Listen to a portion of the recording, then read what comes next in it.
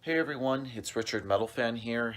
Welcome back to another episode of Richard Metal Fan Interviews. This is Richard Metal Fan Interviews episode number 9. And today's guest we have Morgan Riley. She is the lead singer of the band Blackwater Drowning. Um, and I discovered this band about a week or so ago through another good buddy of mine, Scott Bowling. And today we're going to be talking to Morgan, the lead vocalist, like I mentioned, about her getting into metal, the history of the band, and sort of like the whole North Carolina scene where the band is based out of. So let's go talk to Morgan.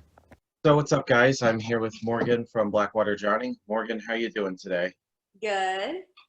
It's awesome to have you here. So basically what the format of this interview is, we're going to go through your catalog. But before we get into that, let's just dive right into the beginning. Who were the first bands that got you into metal and what made you want to be a vocalist? I would say for me, what really got me into metal was probably like back in the day with Seven Dust, and Oh then yeah, I ATL found representing. yeah, and then I found Arch Enemy and Cool. OTEP, and I was like, oh, girls can do that. Yeah, That's what I want to do. yeah. I remember first hearing Arch Enemy back in like '07. I had no idea it was a chick doing vocals until I saw their videos, and I was like, damn, that was impressive. Yeah, Yeah, that that was awesome. exactly my same experience. So I would be like borrowing my parents' minivan to drive, like before I had my own car, Yeah, learning how to scream to Arch Enemy. awesome. Awesome. And your first band was called Luna's Lament. I'm just curious about that. How did that band come to be?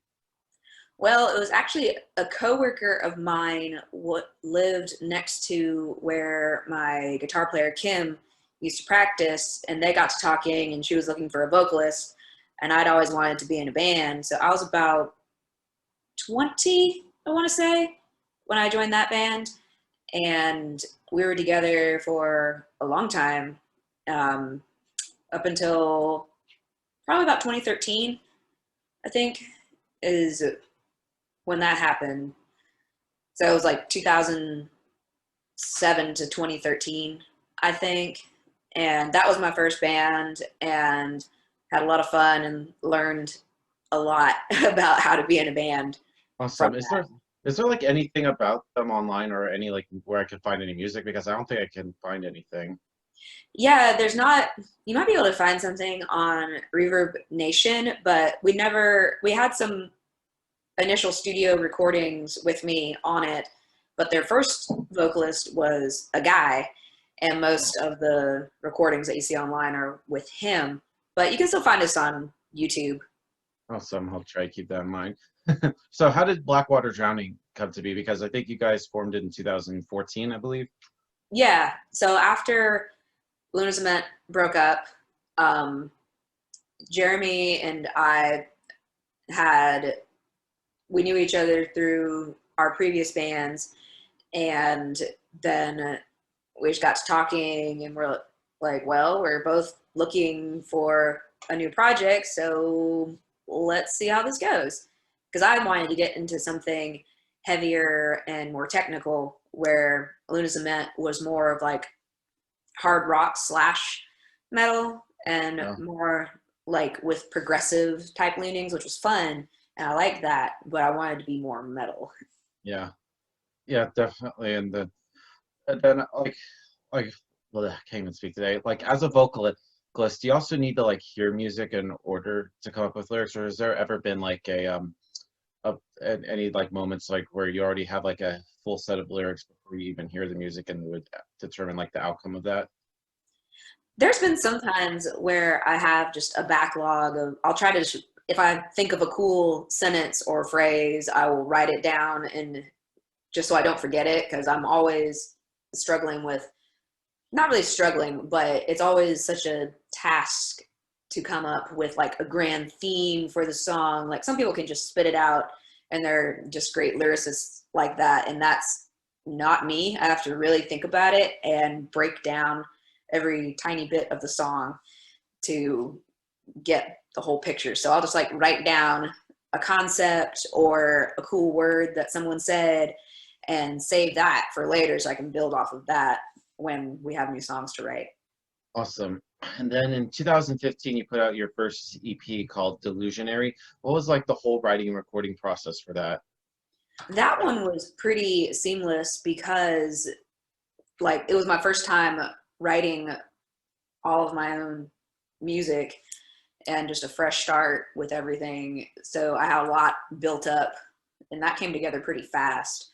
Jeremy and I think we wrote and practiced for about a year before we played out. And then we started recording like right at the same time. So about a year after being together, and the recording process was really seamless. It was with some friends of ours who were starting up a production company, and it was super easy. It took us maybe about a month all told, just going back and forth because they were really close, and it was easy. I'd go after work and go record some vocals. Awesome. And I just love like the opening track D2, which I love how you can go from like having just super like harsh vocals and then you can immediately switch to clean singing. I thought that's really impressive. Yeah, that's always been something I love doing because I love extremes of both, like black and white and screaming and the cleans and Yeah. like breakdowns and leads and all the things. Yeah. Yeah, I know like you guys also are like classified as like melodic death metal with metalcore and like I don't know how you feel like how do you feel about like genreification? Does it bother there's some bands like saying that they don't really care about genres, like how do you feel about being whole genre classification? Well, I don't ever want to be pigeonholed. I want to try different things from all these different genres. So we just kind of we're like, okay, we have some elements of all of these things, so I guess we'll call ourselves that just so people kind of know what to expect. Because people, I mean, you definitely look for genres when you're looking for new music just to kind of get a baseline of what you're going to be listening to. I know I still do, even though I don't really like people who are super strict about genres and which one you fit in, because it doesn't matter. It's just music in the end. Right. Right, and then I think it was like a couple years later in 2018, you released a couple singles that would eventually become what the second release, Ruthless, like Violent Ends and Atlas, which I think were great songs, especially like what's Violent Ends all about? Well, it's actually based on a line from Shakespeare in Romeo and Juliet, where I think it's a priest says, "These violent delights have violent ends." And just kind of building off that concept of, you have something so intense, and it could go either way. Right. Right, and I think that song was actually my introduction to you guys about a week or so ago, thanks to Scott Bowling, who actually did an interview with you guys as well, and since then you got a new fan. Yeah, that's awesome. That's Yeah. still one of my favorite songs. It was so much fun. Like after doing Delusionary, we wanted to do heavier and faster. Yeah, And Violent Ends was the catalyst for that. yeah, and I honestly thought Ruthless was actually more heavier than Delusionary, to be honest. Yeah, that Yeah, was it's the goal. funny. Yeah, and I think it was funny how the last song on Delusionary is called Ruthless, and then it ended up being the title of the next EP. Yeah, we were like, that's a good way to describe it. It's like the last song on the previous album, and then just kind of the feel of the next one is Ruthless. Yeah, It just kind of happened. We're like, it should be Ruthless. yeah, what happened again with the next one?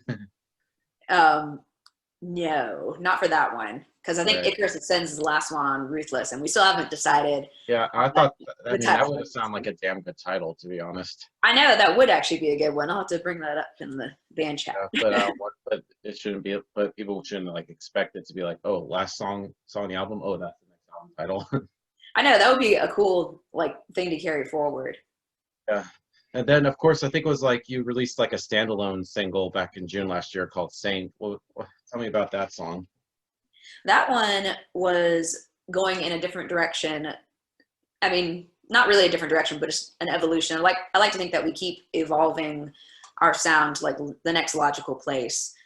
And this one, we wanted to go record live drums. So we went up to this place called Black Plate Audio in Dunn, North Carolina, which is kind of close to Raleigh, but not really. It's like in between Raleigh and Fayetteville.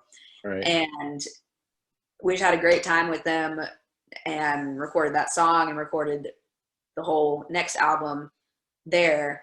And that song is just, it's still one of my favorites. So it was the first one that we really had a collaboration with Jeremy and our lead / rhythm. They kind of trade off. They're both guitarists. They're not, one person has one role, but it was like the first time that we all like really meshed together as a band. Yeah. And that was really cool. Awesome. And also, so on non-music related, you guys also started your own little beers. Tell me about that. Yeah, so it's a charity beer, and it's through Ask Clown Brewing in Cornelius, and the proceeds go to benefit Charlotte area venues who have been impacted by COVID-19, like we all have, and all of them have. And it's a really delicious beer. Our PR manager, photographer, I don't really know what to call him. He's like our buddy. He goes to that brewery a lot and started talking to them about, well, what if you did a collaboration with a local band? And he asked us if we wanted to make a beer, and we're like, Yeah. And it just kind of happened from there. It's a great experience, very painless, a lot of fun. Yeah, I would want to get that beer. I don't know if there's like a way to order beer to have it shipped. Yeah, the brewery can't send it outside of state lines, but we can. So we are getting a few cases, and we'll be sending them out to people who order them. Yeah, I'm just having myself a Yingling Black and Tan. Nice. I haven't started drinking for the day yet. Yeah. I've been lazy. It's a lazy Saturday. Okay, so I got a couple more questions for you. Yeah, this to get ready for the hardest question. Oh. Yeah. How do you know when a song is done? Eventually you just stop. I think my whole band, we could all just keep being like, well, what if we changed this part? But at some point we're just like, yes, I really like where this is right now. That's it. And the rest of the band, like, they write most of the music beforehand, and then I come in at the last and put in my vocals, and then we do final tweaks. Like, they'll modify some stuff to better fit and be more impactful in certain areas, and I'll change some vocal patterns, but they mostly have the majority of the framework done by the time it comes to me. I'm like, I don't even want to hear it until you've pretty much finished it, because I know how much y'all tweak it, and I'm going to get an idea, and then I won't be able to use it, and I'm going to be mad. Awesome. And the final question I have for you, I think North Carolina has a good metal scene, like of other bands, like Between the Buried and Me and Corrosion of Conformity. Was there like a scene that you felt part of in North Carolina, or did you all want to like get your name outside of North Carolina? I would definitely like have a great scene in Charlotte, and a lot of really talented bands in North Carolina in general. And obviously our goal was never to stay in that, but it's great to have a solid base to come back to and that support. Yeah, awesome. Awesome. So before we go, I just wanted to thank you for doing this. Is there just anything else you'd like to promote? I mean, obviously, thanks to a virus that I do not want to name on my outlet, touring's out of the equation. But once this is all said and done, we can see you out on the road. Is there a chance maybe you guys will play in Atlanta? Absolutely. We are looking at playing in Atlanta as soon as possible. We have some contacts at like the Masquerade, so fingers crossed. Awesome. I know a lot of people there. Yeah, I've been there a couple times, and I've always, well, it was the old one. I haven't been to the new one, actually. Oh, yeah. The new one's pretty dope.